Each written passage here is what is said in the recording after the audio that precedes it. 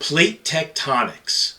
It sounds like some kind of a futuristic battle between plates battling one another. But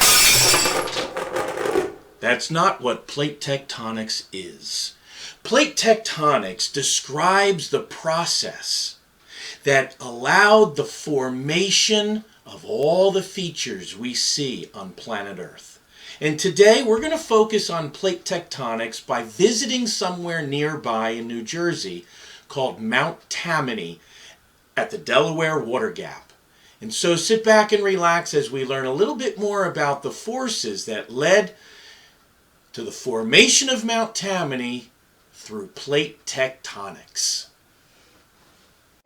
Welcome to the Delaware Water Gap National Recreation Area, Mount Tammany Geology Hike video podcast series.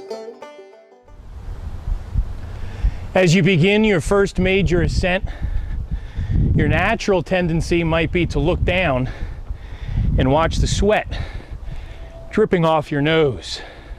While doing that though, don't forget to rest and look around once in a while. Take note of the several points of interest here while enjoying a scenic workout, nicer than climbing a Stairmaster in the gym. At this point, you may have already noticed that some of the rocks have interesting white lines going through them. These are called quartzite veins. In people, the passage of time and pressure on the blood vessels can sometimes result in blue varicose veins on the legs, an accumulation of blood in the spaces between muscles. In rocks, time and pressure can have a similar effect. In the case of these quartzite veins, the pressure involved in building Mount Tammany has squeezed some of the quartz minerals into the spaces of the rocks, turning it into these white quartzite veins.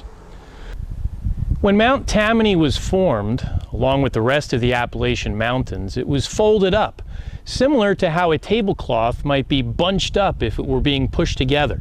That folding resulted in a series of ridges and valleys.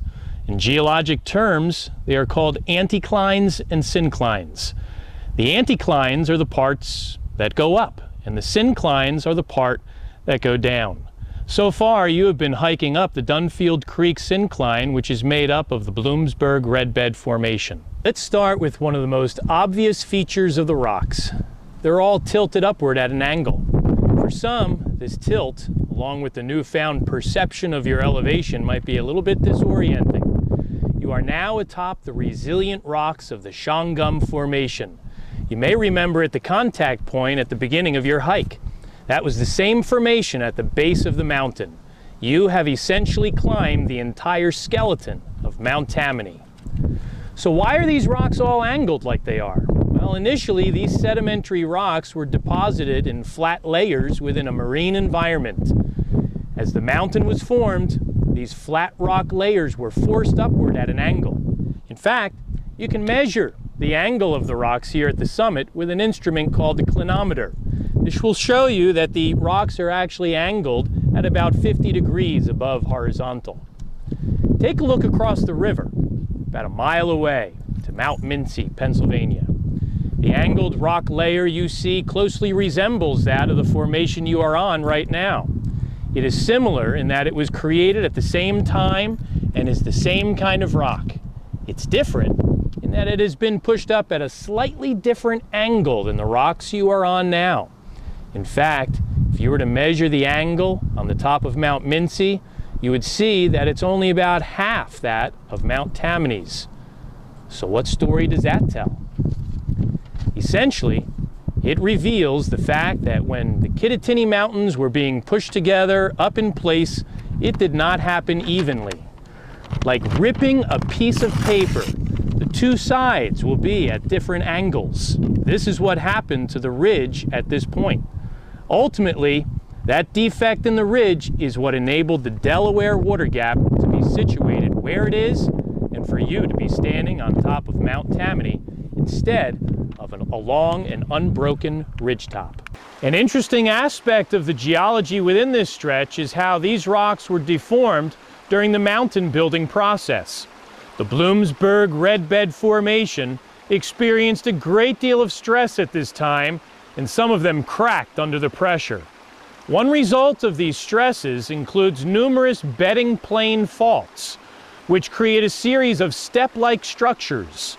These steps create the basis for the waterfalls you see here.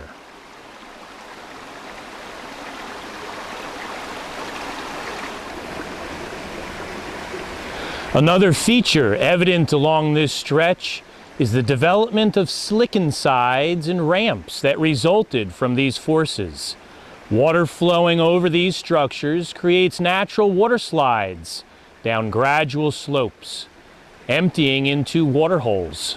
As you complete your journey, you will undoubtedly get caught up in your day-to-day routine once again. Next time you drive through the Delaware Water Gap, however, try to remember some of the stories you learned today. And remember, every rock has a story to tell. Thank you for visiting the Delaware Water Gap and for climbing Mount Tammany. We hope you had a safe and enjoyable experience.